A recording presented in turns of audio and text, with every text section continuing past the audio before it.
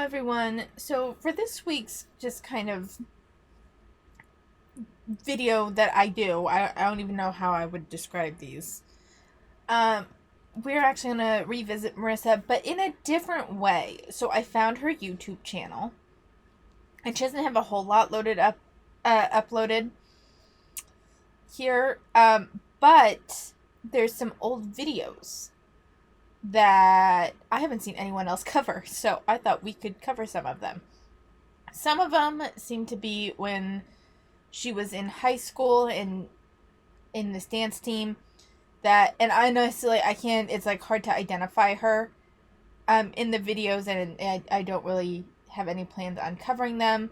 Some of it is just like a memories thing. There's some uploaded shorts that were clearly imported from TikTok, as well as something with her reacting to the American election from 2016, which I don't really find worth covering. There's also her doing stand-up, which if you want to see it for yourself, that's something interesting to see. We're not covering it today just because I didn't find it funny, and the two videos that I want to focus on share a commonality that I think fit better for the video. So today we're covering her two spoken word videos. Now, one looks to be about 2 years, a year and a half to 2 years after high school. And she's actually attempting the spoken word genre, so it's going to be more of a psychological look, armchair psychology look at it. And just kind of some reactions to it. The second one is called I Don't Care. And it was done, it looks to be like while she was in college. And it doesn't really respect the genre of spoken word, at least to me. Now, I could be wrong, but we will get to that in a moment. But it doesn't really seem to respect the genre of spoken word at all. It just seems to be her soapboxing, but we're going to get to that. We're going to start with her spoken word, I Define Me, where it seems to be a genuine creative expression. And so we're gonna start with that. Hey guys, I'm Marissa. So I'm going to read something that I wrote, and it is called I Define Me, and hopefully you can relate to it in some form or another. I mean, one, she's clearly a lot thinner here and a lot younger. This one was about 7 years ago, I think, is what the um YouTube thing said. It said about 7 years ago. It was 2015, so that seems about right. And she seems not meek by any means. Like, you can still see very clearly that this is Marissa, just from her mannerisms and the way she speaks. But there's something softer about her here. Am I wrong? But it just seems like she seems a bit softer here. So here we go. I have a friend who was called fat when she was 12 years old. I have a friend who was bullied all through elementary school because she was a little different. I have a friend who has been made fun of because she laughs at everything and her laugh is loud and distracting. I have a friend who was told that she was too fat to ride a bike while fucking riding a bike. I have a friend who didn't like her body because of all the boys in her class made fun of her. All the time.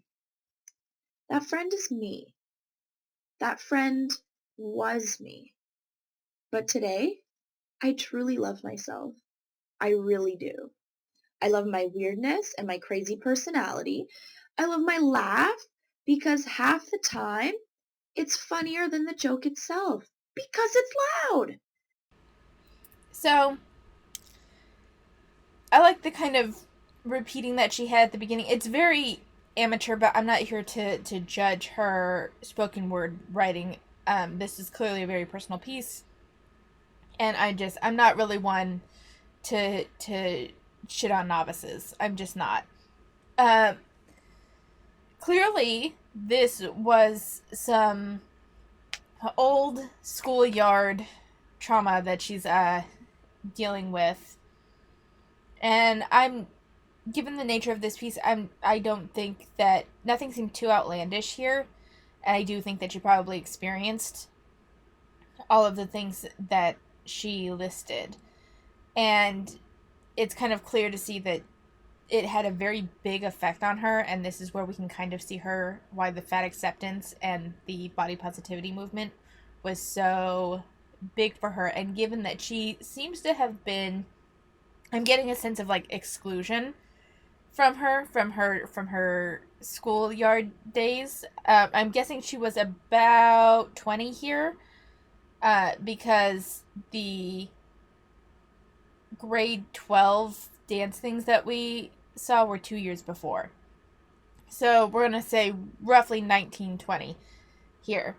And it's clear that she had a feeling of exclusion and gatekeeping from her peers earlier, and I think that extends to why she's like, I don't want to hear from thin people today. I am who I am today because of how I reacted to my past and not my past itself.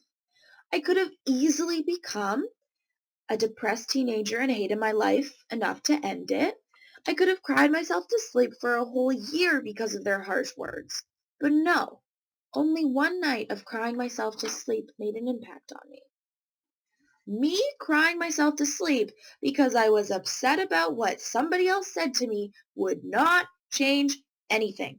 It wouldn't take back what they said, and crying wouldn't make me forget. Crying over something I cannot directly change is not productive, so why do it? It's interesting. She always kind of had this aggressive manner of speaking. Um, but I mean, there's nothing wrong with what she's particularly saying here. I think this was. It's weird because there's like an opportunity for growth here. I think she's very caught up in being the strong, independent type. And it's very clear that she's like, crying wouldn't change anything. Crying, the purpose of crying when you feel excluded or victimized or whatever is not necessarily to be productive. It's a way of processing emotions. That's how I view it. Now, is it embarrassing? Fuck yes. I find crying very embarrassing. I try very not hard not to cry in front of people. Um, that is why I don't watch sad movies with people, because I don't want to be the blubbering idiot in the room. But crying yourself to sleep because of what they said, I mean, it's unfortunate, but it does happen. Um, I'm glad that she was able to turn it into something more meaningful to herself and not to kind of work past those emotions. I don't think though that she worked past them as much as she thinks she did, because I was here for different reasons, but I know this emotional state of I'm tired of crying. I don't want to cry. You're not going to make me cry. And so she gets angry instead. I want to be clear as I'm going through this. This is armchair psychology. I have no psychological background. And I am completely just kind of getting a feel based off what I know about Marissa and what I see in this video here. So please do not come at me for like psychoanalyzing someone. This is just some messy fun, okay? Just want to put that out there. Crying over someone's words and crying over something I cannot positively influence as a young 13-year-old girl. But what is productive is the fact that I didn't allow those harsh words to define me. I did not allow those people's actions and ignorant remarks towards me define who I am. That's really interesting because she actually kind of did. That I actually missed that when I watched this before. She kind of did let it define her. Because that's all her TikTok is now, is about how fat she is. And I mean, she's gained weight since this one, but like, I mean, 19, 20 years old, yeah. Yeah, probably gained weight in the past 7 years. Totally get it. But, like, it's like this was her trying to work past it, and then it's like she backslid. Am I wrong? Am I wrong? It just seems like she backslid from where she was in this video. Sure, I've been used and abused by all sorts of people in my life and in my past, but that does not define how I view the general population. It is how I react to these unfortunate events in my past, and it is how I react in a positive way and not a negative. Those events do not define me, and those people do not define who I am. I define me, and I define who I am. And she chose to define herself as a fat activist, which I think in her mind was taking away the power that those people felt they had over her, but in reality, she just kind of fell into exactly what they called her, kind of. Um, Also, at this point, is it just me or is this not really spoken word anymore? I mean, I've heard some good spoken word and I've heard some amateur spoken word. I don't have a problem with amateur spoken word. I don't know if this could very well have been her first attempt. I don't have a problem with amateur spoken word. I just get the feeling that it's not she's not even trying to make it spoken word at this point. It's more just kind of a her working through her process, which I don't have a problem with. Maybe she just needed a label for it. So, you know that lady who was in front of you in line at the coffee shop the other day? Well, she hates herself because of what some girl said to her in high school 20 years ago. And you know that parent of your friend who never comes to any of the sporting events to support their child? Well, that's because they're afraid to face the environment that they were bullied in. That's a lot of projection. Uh, I'm not saying that there aren't people in the world that don't hate themselves because of what they experienced in high school 20 years ago, but I think a lot of people, at the very least, create some distance for themselves in that time, some psychological distance for themselves in that time, regardless of whether they've had therapy or not. Like, uh, bullying trauma follows a lot of people around. I'm not going to say that's not a thing.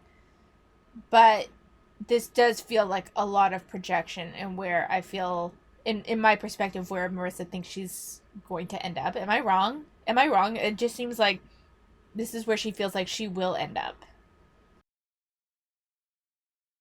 Now, take destiny into your own hands.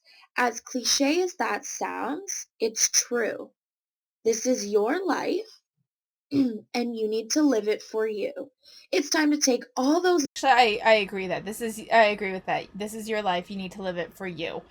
I feel like she didn't really take her own advice here though. Am I wrong? Or I keep saying that. I keep saying that. I just this feels more like as I'm watching this and as I'm talking through it, I'm realizing this feels much more like a discussion thing. I'm really looking forward to some comments uh, today because I really want to hear your perspective on these because I haven't seen these videos covered. Um, this is a really unfortunate still screen. I'm sorry. uh, but I feel like she didn't follow her own advice, where she's like, "You need to take destiny into your own hands." I feel like she ended up wallowing, and there's one that was another spoken word that was 2 years after this. So we're gonna just work on getting through this one, and then we'll go take a look at that one. Negatives out of your life, and it's time to learn from your past experiences. You don't want 20 years to pass by, and when you look back, you haven't accomplished any of your goals because of what some person said to you who is now invalid. You are beautiful. I am beautiful. And we are all fucking beautiful. So don't let those ignorant bastards of the world define who you are and determine who you will become. Challenge it. I actually really don't have a problem with what she's saying here. It just feels at odds with who she is on TikTok now. Like, don't let them define you, and yet she said, I mean, it's clear that she was picked on for her weight as a kid, and now that is all she uses to define herself is how fat she is. And challenge yourself to do something new. Personal growth is one of the most accomplished feelings in the world. I know. You have to stop living your life by everyone else's standards and you need to live by your own. You define your own standards. not the boy who didn't call you back or the best friend who stabbed you in the back. You define your own happiness, not the stranger down the street or your manager, and not the actions of your friends on social media, and not the amount of likes on your Instagram or the amount of retweets. So it's very clear that I mean, these are all very, a lot of these are feel like loaded just in the way she says them and her facial expressions. Like she, at the very least, feels like each one of these happened to her personally. And I don't know, it's just interesting, and it's kind of clear that that's what shaped her. I think this is stopping and really thinking about this. It's kind of clear why. I'm not gonna deny that Marissa was bullied. I think she probably was. She's a little bit softer here. I think she probably always had a bit of snark to her, and that probably contributed to her bullying. But at the same time, kids are cruel, and if she was even just a little bit chubby, I could see how. And like there wasn't such a focus on stopping bullying when I was growing up, and Marissa and I aren't too far apart in age, as there is now, and I could see how she probably was just told to ignore them and endure.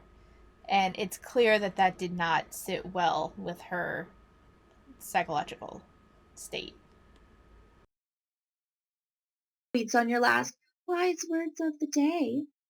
You define your happiness, not those materialistic things. You define who you are and not those discouraging mentors or teachers and not those bullies in school and not your popularity on social media. They do not define you. You define you. You define yourself. So who are you? Thanks, guys. So I definitely think that this was supposed to be like a fresh mental start for her. I kind of feel like that's where that was. Um, any comments? Wow, you were so pretty thinner. That was a reply. Seems like this is being pushed. Barely recognized her. Yeah, she was. I don't think that her prettiness is strictly because she's thinner, although I do think that it helps. Um, Part of it is just her mannerisms seem softer, and she doesn't seem as abrasive as she does in the videos of today. But we're actually going to move on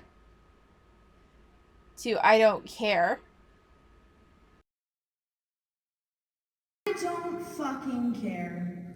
I don't care what society thinks about me, and I don't care what you say or how you think about me.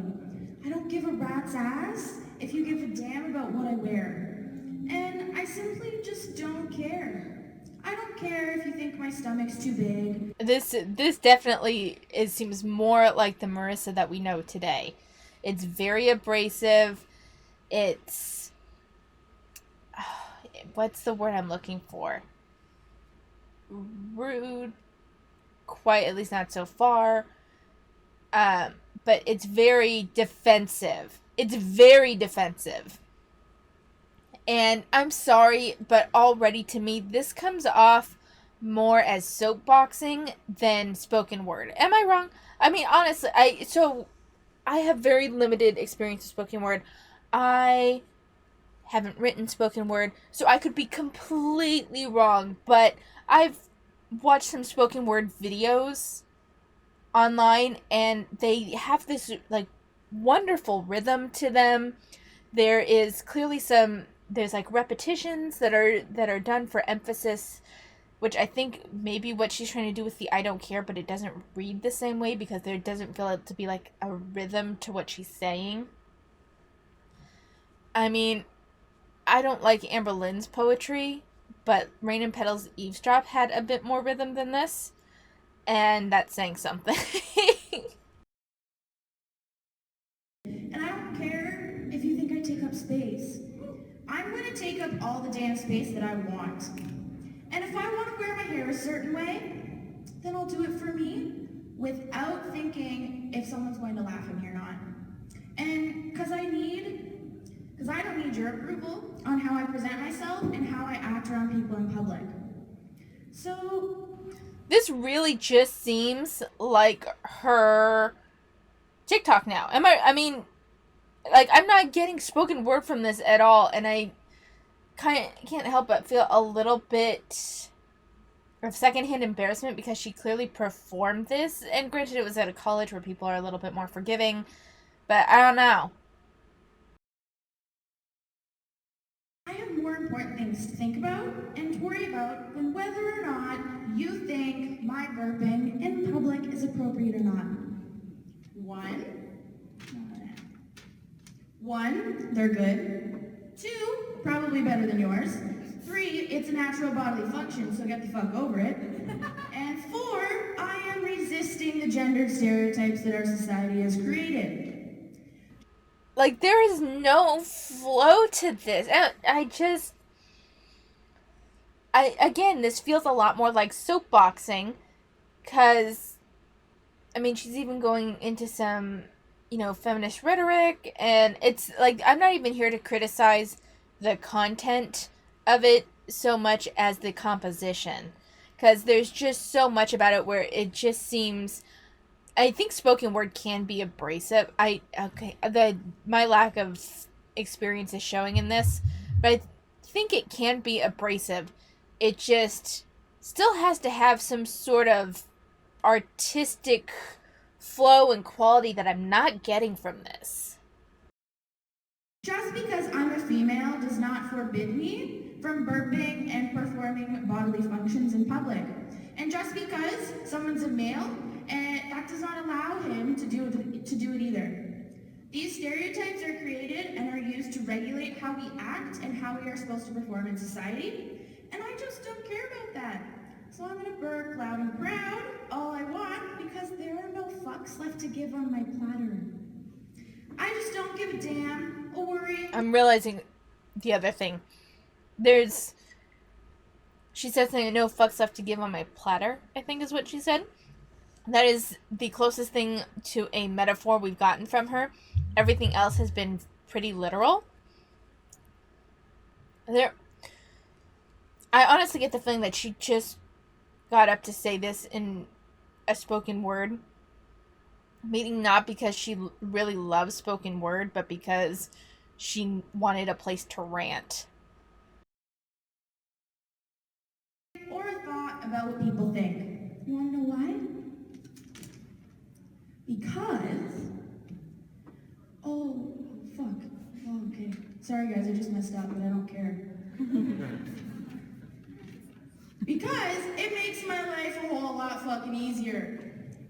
And guess what? Last time I checked, we were living our lives for ourselves. Now, if I were to care about what others thought, it would take time away from my happiness. And if I cared, it would get... Honestly, at this point, like, there's less to critique here than there was even in the previous spoken word of I Define Me. Because at least there, she was clearly trying to work through something. There were aspects of it that seemed to really be trying to be spoken word and less than just like her soapboxing. And this, I mean, at least in the first one, there were attempts at artistic expression. I don't get that from this. I get that she wanted a venue to rant. And so she put it in this, gave some very light repetitions of, she just keeps saying, I don't care, over and over again. And there's a way to do that repetition well, but I really don't think she was even going for using the repetition as a way of furthering the spoken word. I really feel like she just wanted to be here to rant.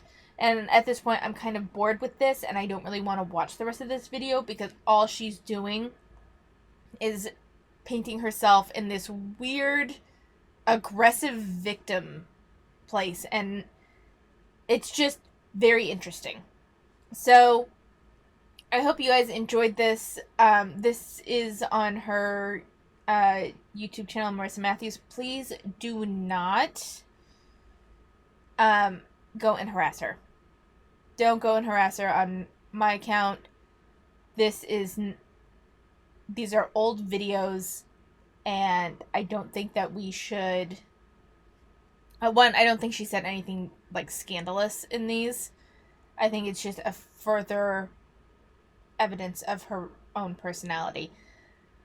I will say though, I find it unfortunate because I feel like she was headed on a different path in the I Define Me video, and then something happened and she just became so much more like she really leaned into her aggressive defensive mentality. But I'm really curious to hear your opinions on these pieces, or rants, or whatever you want to call them. So leave a comment down below. Thank you for watching, and I will see you next time.